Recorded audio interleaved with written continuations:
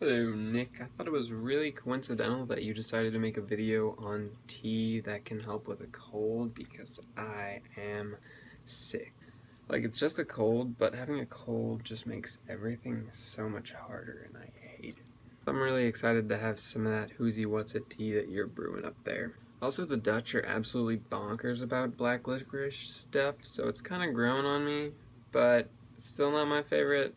But please give it to me because I need it. So what I wanted to talk about today is something that I've actually had a lot of trouble talking about in the past, and that is cancer. But I thought I'd try to put my own positive spin on it. So without further ado, here is a brief history of cancer. Oh, and treatments. So the name actually comes from the father of medicine himself, Hippocrates, who used the Greek word for crab or crayfish. But the oldest record we have of cancer actually comes from 3000 to 1600 BC. And that was on Egyptian manuscripts, which explicitly state there is no treatment. And unfortunately, that's kind of how it went for thousands of years. Although some really important things started happening in the 18th century, people started recognizing the causes of cancer. Like in 1713, when Bernardino Remazzini noticed that nuns had virtually no evidence of cervical cancer, but a higher incidence of breast cancer, which he hypothesized might be about a celibate lifestyle.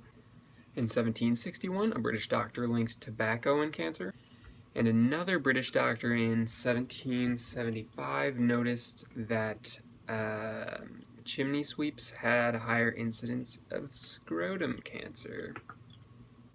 Yeah, that's great, but it was still kind of a death sentence. And at that point, some surgeries were taking place, but it was widely considered more harm than good to operate on a patient that the cancer had already spread throughout their body. Until boom, anesthesia was developed in the mid-1800s to allow for more in-depth surgeries, like radical mastectomies.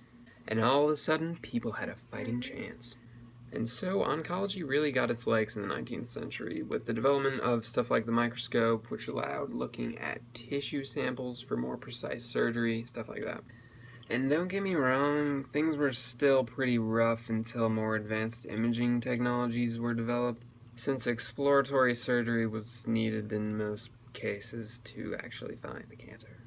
Compared to today, when we have stuff like futuristic mini cameras you can stick in people's bodies to, like, look in there, as well as less invasive stuff to target and destroy cancer through surgery. That's not all we have to deal with cancer today, like radiology, which daily doses of radiation was found to increase patients' chances for a cure. Though this one had a little bit of an interesting development because radiation can cure cancer as well as cause it. So a lot of the doctors that were experimenting with themselves actually got lymphoma and died.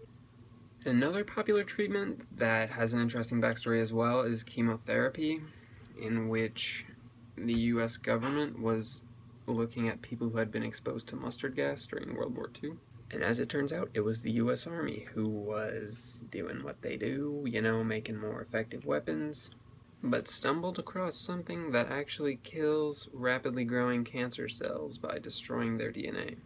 And that's all chemotherapy is, really, is to trying to destroy a certain part of your body while preserving the whole thing. And often this has a lot of not so good side effects, like losing your hair and that sort of thing. And we have other things like immunotherapy, which tries to mimic the body's natural signals to control cell growth. Or hormone therapy, by removing sections of the body that control other parts of the body that might be affected by cancer. And a bunch of other things that are less common and more technical that I don't super feel comfortable trying to explain because I don't understand them myself. It just dawned on me that you probably have a better understanding of all this than I do, but I'm going to make the point that I was trying to make in the beginning, and that is progress. 300 years ago, the survival rate was about 0%. 50 years ago, the 5-year survival rate was about 50%. And Nick, today, the 5-year survival rate for all types of cancer is around 68%. And although this awful disease has taken some great people, like my mom and more recently John McCain, I think it's really important to focus on the fact that we are much better off today than any point in history. And it's important to not lose hope, even when the effects are felt by almost everyone in the world. So yeah, that's what I got for this week, Nick. I will see you on... Yo, wait, one more thing. Something that I was trying to include in the past few videos that I just forgot about was sort of a music section where I could recommend different songs to you and you could do so to me. And also something that's happened recently that's kind of exciting. If you've looked at my Spotify playlists recently, you'll notice that there's one with over 2,000 subscribers now.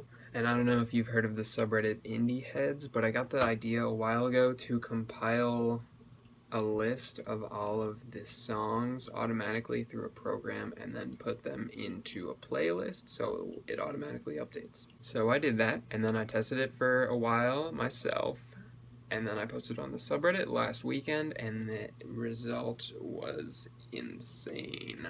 So it ended with something like 1.2k upvotes, and someone gave me gold, and now it's on the sidebar of a subreddit that has 439,000 people.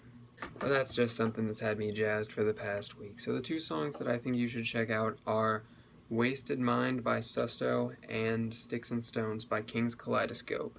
Nick, that is actually all I have. Hopefully I can get this video edited and out to you, but I will see you on Saturday. Woo!